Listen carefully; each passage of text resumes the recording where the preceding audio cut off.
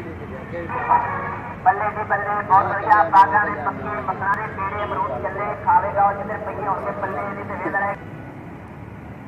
बेटा मैं कभी झूठ नहीं बोलिया बोलने बेटा ये मेरी दुकानदारी हैगी है तो ये को कभी 400 बज जाता कभी 500 बज जाता है।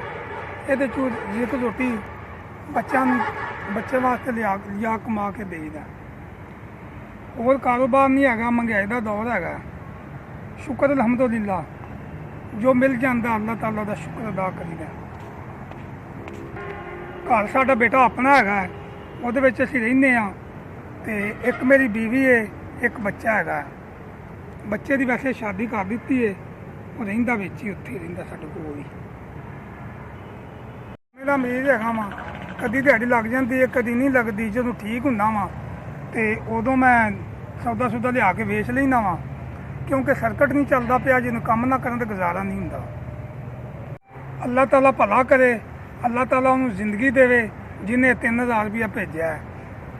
अल्लाह ताला उहदे ते रहमतां करे, अल्लाह ताला उहदे बच्चों को तंदुरुस्ती अता फरमाए, अल्लाह ताला रहमतां करे, अल्लाह ताला उन्हें जिंदगी सेहत वाली जिंदगी अता फरमाए। अल्लाह ताला उहदे ते साडे तरफों यो ही दुआ है, अल्लाह ताला करोड़ां निमतां अता फरमाए। अल्लाह ताला होर उन्हें रिज़्क देवे, इस तू ज़्यादा रिज़्क देवे। वो गरीबां साडे वर्गियां दी मदद करे।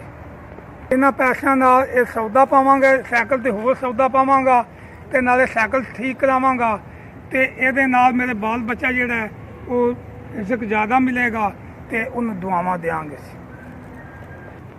मैं पहले डर गया था, मेरी मकसद है भी मेरी क्यों मेरे दूजा इंटरव्यू होने दिया है। बाद मैंने पता लगा, मैं खुश होया वा भी मेरी मदद होने लगी है। तो अल्लाह ताला उहदा यह कारोबार बहुत ज़्यादा वधाए, अल्लाह ताला उहदे ते रहमतां करे तो कारोबार उहदा ज़्यादा वधाए। SVS तुहाडी बहुत मेहरबानी जेड़ा तुहां 3000 मेरे तक पहुँचाया।